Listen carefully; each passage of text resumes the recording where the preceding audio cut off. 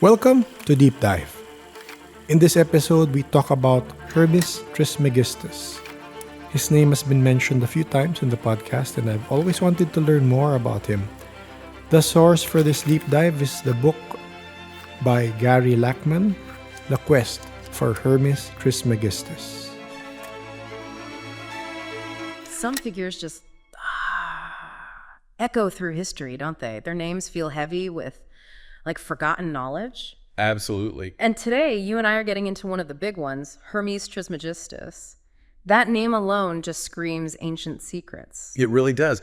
Think of this deep dive as our way into a really fascinating historical puzzle. Mm-hmm. We're looking at the evidence, trying to figure out who this thrice great Hermes was supposed to be. Right. And, what's actually in those mystical writings linked to him. Yeah, and for you listening, if you want to get a real grip on these big ideas without getting totally lost in the weeds, we've tried to boil down the key stuff from our sources. Mm-hmm. Okay, so the massive question first. Who was Hermes Trismegistus? It feels, well, less like finding a single guy and more like peeling back layers of legend. You've hit it exactly. It's not one person. Our sources show more of a merging of figures and ideas over a long time. Yep. We hear about a Hermes from before the flood, supposedly invented hieroglyphics, carved wisdom onto stone pillars. Still, right. Stiti, hoping it would survive the floodwaters. Then there's another Hermes later on, whose job was supposedly translating all that pre-flood knowledge into Greek. Wow, like passing the torch. Kind of, yeah.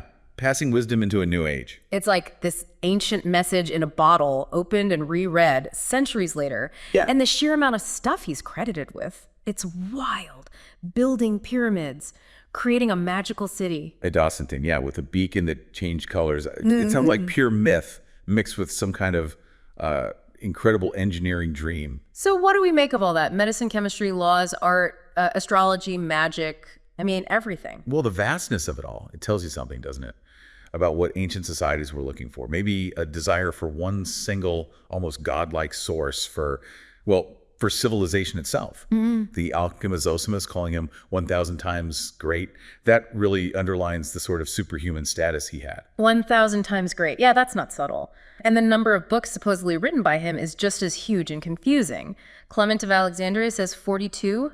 Iamblichus says 20,000. Minethal goes for 36,000, including the legendary Book of Thoth. Right. And then you get Eliphas Levi suggesting maybe the tarot cards or even Egyptian monuments are just scattered pages from this lost library.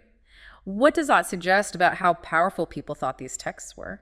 It shows the immense respect, the almost mythical weight attached to this Hermetic wisdom. In the Middle Ages and Renaissance, often just calling him the Egyptian was enough. It instantly connected him to Egypt, that ancient, mysterious source of knowledge. But then you have Renaissance figures like Ficino and even St. Augustine way earlier, who really believed he was a real historical person, an ancient sage. What was behind that belief? How is that different from how we see it now? Well, the Renaissance fascination came from this widespread belief in a Prisca theologia. A primordial theology. Exactly, an original pure wisdom passed down through generations of sages. And they saw Hermes as a crucial link, maybe even the start of this chain. But our current understanding, it points more towards a blend. A fusion of Egyptian and Greek thinking that really took off in Hellenistic Egypt, especially Alexandria after Alexander the Great. Picture this bustling city, philosophies mixing. Alexandria. Yeah, the ultimate ancient melting pot. So not one Egyptian prophet, but more like a powerful cocktail of ideas. Precisely. And a key part of how Hermes Trismegistus came about was this merging, this syncretism between the Greek god Hermes, messenger god, bit of a trickster, right, and the Egyptian god Thoth, god of wisdom, writing, magic. Exactly. They sort of mapped onto each other, combine those divine roles in that culturally buzzing environment, and boom, you get the composite figure we call Hermes Trismegistus. Okay. So this fascinating blended figure emerges from this cultural crossroads. What about the writings themselves then, the Corpus Hermeticum specifically? What are we actually looking at there? The Corpus Hermeticum is basically a collection. Mystical dialogues, philosophical treatises, bits that feel kind of initiatory, all attributed to Hermes. And our sources suggest it's probably just part of a much larger body of work, the Hermetica, likely written by different people over maybe several centuries in that Hellenistic Egyptian world. So not one author, but a school of thought developing over time. And we know a lot of this Hermetic stuff is lost. No, definitely. Yeah. Sadly, yes.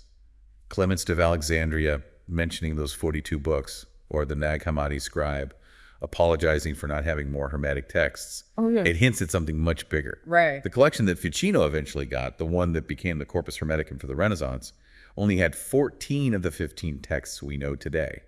And it was probably put together by some Byzantine scholar maybe around the 10th or 11th century. So even the version that had such a huge impact was kind of an accident of history. Pretty much, yeah. A curated selection that survived. Okay, jump forward centuries. Renaissance Europe. Suddenly Hermes and his ancient wisdom are back in a big way. This rediscovery, what made it catch fire like that? Well, the Renaissance was obsessed with digging up ancient wisdom, wasn't it? And the idea that Hermes was this genuine, super ancient sage from some perfect enlightened past, that really clicked with the mood of the time. It fueled the whole Hermetic Renaissance. It taps into that timeless thing, wanting to connect with a golden age of knowledge. You still see it today. That longing for original truth. And Ficino's Prisca Theologia idea was key here, wasn't it? How did that elevate Hermes? Ficino's framework basically laid out a lineage of wisdom. Started with Hermes, then maybe Zoroaster, Orpheus, culminating in Plato. But putting Hermes right at the start. The source. Exactly. It gave the Hermetic writings this incredible pedigree, unmatched antiquity, ultimate authority, the fountainhead of philosophy and theology. But then, history throws a curveball with Isaac Casaubon. What did he find that sort of burst that bubble? Casaubon, in 1614, did some really careful linguistic detective work. Philology. Philology, exactly. And he argued very convincingly that the Corpus Hermeticum wasn't from before Plato. The language, the concepts, they pointed to the later Roman Empire. Back to that Alexandrian melting pot again. Greek, Egyptian, Jewish, early Christian ideas all swirling around. Late antiquity, not the dawn of time. So not that ancient, but still pretty old. Still, it's a huge historical irony, isn't it, given how influential these texts were? Massive irony. Yeah. But here's the fascinating thing. Even after Casaubon, Hermetic thought didn't just disappear. It proved incredibly resilient. How so? It traveled. From Alexandria, it found niches in places like Harran with groups identified as Hermeticists or Sabians. Then it pops up in Baghdad, influencing early Sufi mystics. Really? Sufis? Seems so. Then Constantinople becomes a refuge for these ideas before eventually copies make their way to Ficino in Florence. It's like these ideas survived falls of empires, shifts in religion. Like the ideas themselves had a life force. It does make you think about Jean Gebser's work on shifts in consciousness. That's a really sharp connection. You could definitely see the changing views of Hermes, the migration of the texts through that kind of Gebserian lens, different ways of understanding history, authority, knowledge itself, evolving over time. Okay, let's get into the actual ideas. What's at the heart of Hermetic philosophy?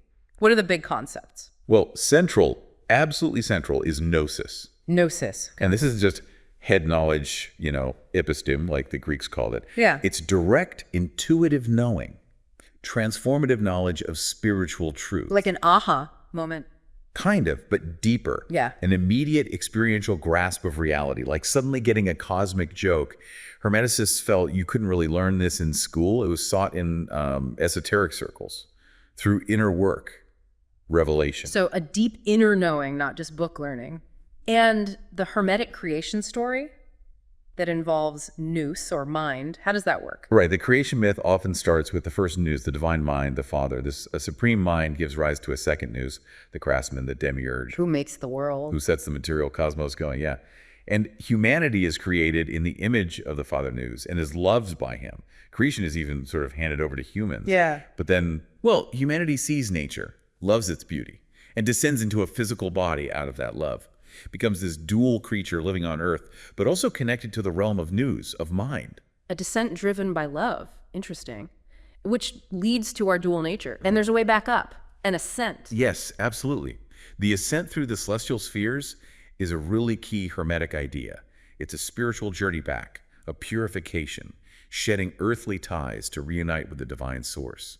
Our sources also bring up this ancient Egyptian idea of practicing dying. How does that connect to the Hermetic view? Some scholars look at Egyptian mysteries and see practices aimed at realizing consciousness can exist apart from the body, the soul. Okay. Sometimes the body was even seen as a tune for the soul. Plato mentions that idea too. And this fits with Hermetic texts like Book 7 of the Corpus, which talk about shedding the garment of the body. The sentient corpse, it calls it. Yeah, that stark phrase. Shedding that garment is seen as necessary for gnosis, for realizing your true spiritual self beyond the physical. Recognizing that spark of consciousness is more than just the body. And then there's Schwaller-Delubish's concept, the intelligence of the heart. What's that about? Schwaller-Delubisch just talked about the intelligence of the heart as a different way of knowing, more participatory, intuitive, direct experience. He contrasted it with what he called survival consciousness, which is more analytical, detached. And he linked this to hieroglyphics. He did. He thought you couldn't just decode hieroglyphs intellectually. You had to feel their meaning through this intelligence of the heart, a deeper, more visceral connection to the symbols and the world they represent. Feels like that connects to maybe the most famous Hermetic principle, Yeah. as above, so below. The macrocosm, microcosm idea. Definitely. That principle that there's a fundamental correspondence, a mirroring between the big picture, the cosmos, and the small picture. The human being is core Hermeticism. Our sources even mention echoes of it in alchemical texts like the Dialogue of Cleopatra and the Philosophers. It's all about the interconnectedness of everything. So Hermeticism is this really rich, interconnected system. How does it sit alongside other traditions? People mention Gnosticism and obviously alchemy. Yeah, there are overlaps, but also key differences. Both Hermeticism and Gnosticism talk about a fall into the material world, Right. but they view the world differently. Many Gnostics saw the material world as fundamentally flawed, maybe even evil, made by a lesser god. Hermeticism, though it sees the limits of matter, tends to view the world more as a reflection, maybe imperfect, but still a reflection of the divine. A qualified view, then. Sort of. And our sources also bring up Gurdjieff's ray of creation as a kind of modern echo of the emanation cosmologies you find in Hermetic thought. And alchemy, that seems deeply woven in, given Hermes' association with it. Oh, absolutely. The link is profound. Figures like Bolus of Mendes way back seem to represent this early stage where practical chemistry and mystical philosophy were totally intertwined. Like the famous saying, nature rejoices in nature. Nature conquers nature. Nature masters nature. Exactly. Exactly. That captures the alchemical goal. Understand nature's hidden forces to work with them.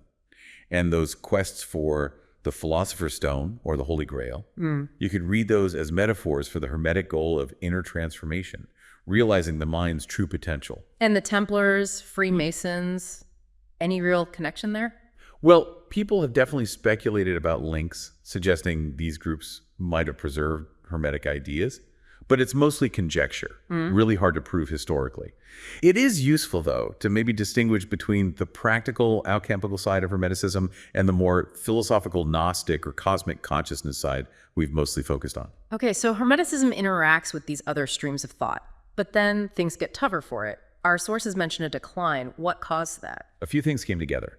The established church started seeing magic and Hermetic ideas as more of a threat to its own authority. At the same time, you get the rise of Renaissance humanism, which brought a much more critical eye to ancient texts. Some scholars started questioning Hermeticism not just for the magic, but because they felt the philosophy wasn't sophisticated enough, or even that the grammar was bad. Seriously, bad grammar. Yeah, described as an all-too-humanist critique. It's quite different from the cosmic humanism of people like Pico or Giordano Bruno, who loved Hermeticism. And Casaubon's work nailing down the later dating that was a big blow too, right? Undermining the ancient authority claim. Huge blow. His careful linguistic work was pivotal. It showed the corpus hermeticum wasn't from the mists of time, which took away a lot of its Renaissance glamour and authority. People like Ficino and Pico had tried to blend Hermeticism and Christianity, but ultimately the church backed away. So, squeezed by both theology and scholarship, Hermeticism kind of goes underground. That's a good way to put it.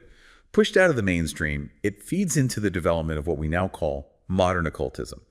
Groups like the Rosicrucians, Freemasons, later the Theosophists, they become keepers of this rejected knowledge, preserving and reinterpreting Hermetic ideas in new ways. But the story doesn't stop there, does it? These Hermetic ideas seem to just keep popping up, influencing later thinkers, even completely different fields. They really do. You can trace threads into the 18th and 19th century Nader philosophy.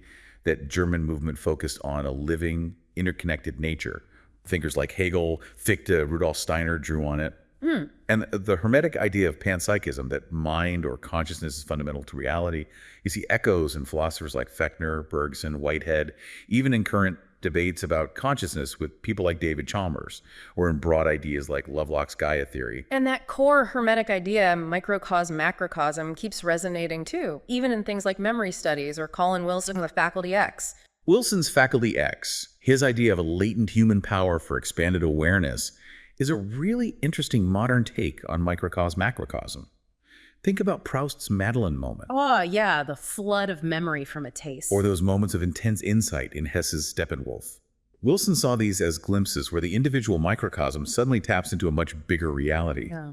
It also connects to Henry Corbin's idea of the imaginal world, this intermediate realm of symbols and archetypes. Like these peak experiences briefly show us that deeper connection, and the Hermetic style of thinking, that syncretism, pulling together different ideas that seems to persist too. Absolutely. That tendency to synthesize, to see connections between different fields, is maybe one of its most enduring legacies.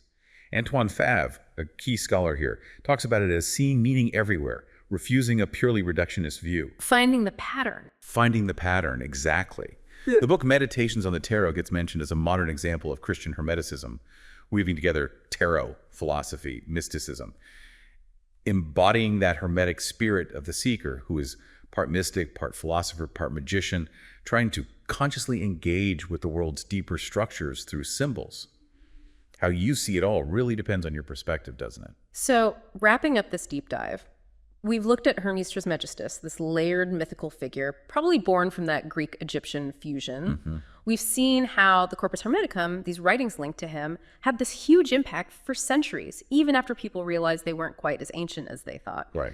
We've touched on core ideas like gnosis, the creation myth, that as above, so below connectedness. And we've tracked how Hermeticism faced challenges but survived, influencing everything from alchemy to modern occultism, even ideas about consciousness today. Exactly. The historical man might be impossible to pin down, the dating debated, but the ideas, they clearly struck a deep chord in Western thought. They keep making us ask big questions about reality, mind, and our place in the universe. It really does make you think. Consider this. How might that ancient Hermetic search for gnosis, for that intuitive knowing and that deep sense of interconnectedness, how might that offer us something valuable today in our crazy, overloaded world? What hidden symbols, what arcana in your own life might unlock something deeper if you looked at them, maybe, through a Hermetic lens? Just something to chew on.